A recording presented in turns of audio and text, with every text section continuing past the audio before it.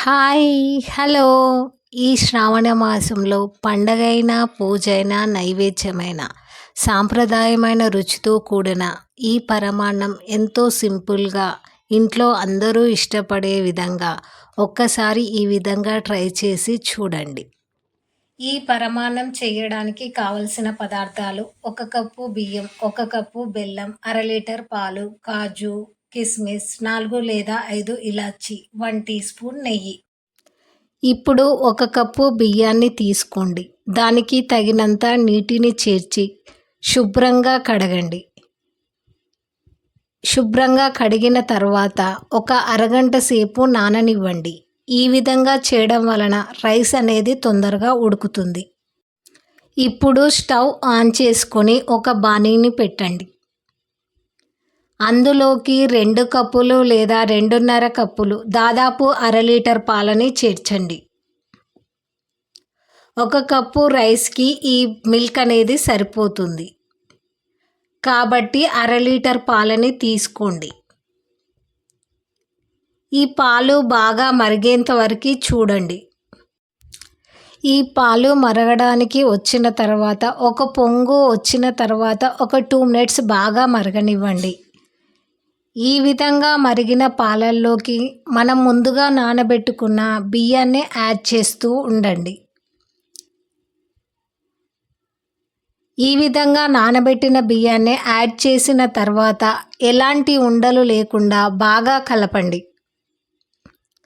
ఈ విధంగా కలపడం వలన రైస్ అనేది బాగా ఉడుకుతుంది. ఇప్పుడు ఈ రైస్ 70% కుక్ అయ్యేంత వరకు వెయిట్ చేయండి. ఈ విధంగా కుక్ అయిన రైస్లోనికి మనం ముందుగా కట్ చేసి పెట్టుకున్న బెల్లాన్ని యాడ్ చేయండి. ఈ బెల్లం అనేది ఎలాంటి ఉండలు లేకుండా రైస్లో బాగా కలిసిపోయేలా కలపండి. అప్పుడే ఈ పరమాన్నానికి టేస్ట్ వస్తుంది. ఇప్పుడు 4 లేదా 5 ఇలాచీలని కచ్చాపచ్చాగా దంచి యాడ్ చేయండి. ఈ పరమాన్నానికి మంచి టేస్ట్ వస్తుంది. ఇప్పుడు మరొక బాణీలోకి 1 టీ స్పూన్ నెయ్యిని వేయండి. ఇది కొద్దిగా కరగనివ్వండి. ఇందులోకి కాజు, కిస్మిస్ని యాడ్ చేయండి. ఇవి గోల్డెన్ బ్రౌన్ కలర్లోకి వచ్చేంత వరకు ఫ్రై చేయండి. ఇప్పుడు ఈ పరమాన్నంలోనికి మనం ఫ్రై చేసి పెట్టుకున్న కాజు, కిస్మిస్ని యాడ్ చేయండి.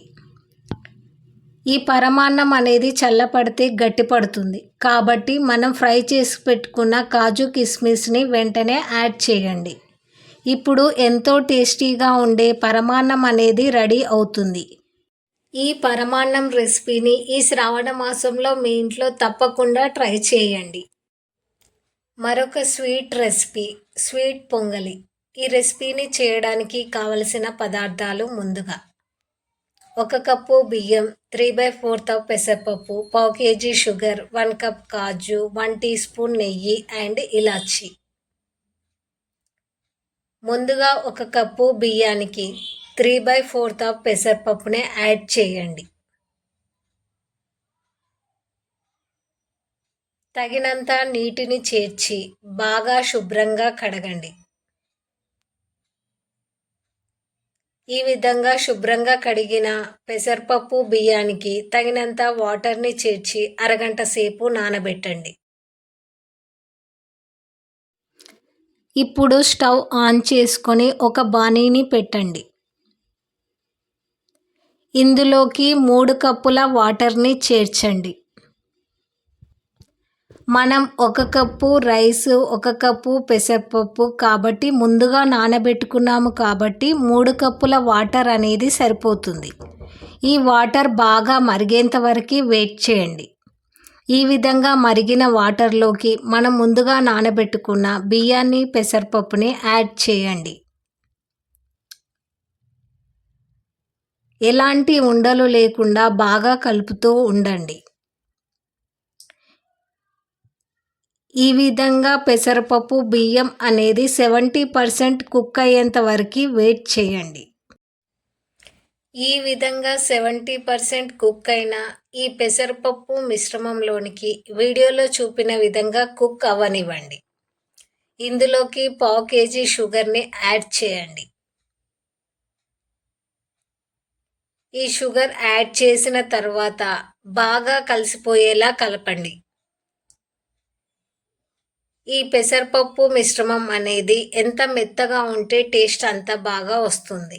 ఇందులోకి ఇలాచీని కూడా యాడ్ చేయండి. ఇలాచీ ఫ్లేవర్ అనేది స్వీట్‌కి కమ్మని రుచిని తీసుకువస్తుంది. ఇప్పుడు మరొక బాణీలోనికి 1 టీ స్పూన్ నెయ్యిని యాడ్ చేయండి. ఈ నెయ్యి కొంచెం మగ్గిన తర్వాత 1 కప్పు కాజుని యాడ్ చేయండి.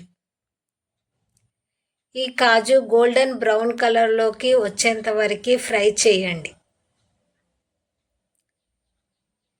ఈ విధంగా ఫ్రై అయిన కాజుని ఈ స్వీట్ పొంగలికి యాడ్ చేయండి. ఇప్పుడు ఈ నెయ్యి, కాజు అన్నీ బాగా కలిసిపోయేలా కలపండి. ఇప్పుడు వేడివేడిగా కమ్మగా ఉండే స్వీట్ పొంగలి అనేది రెడీ అవుతుంది.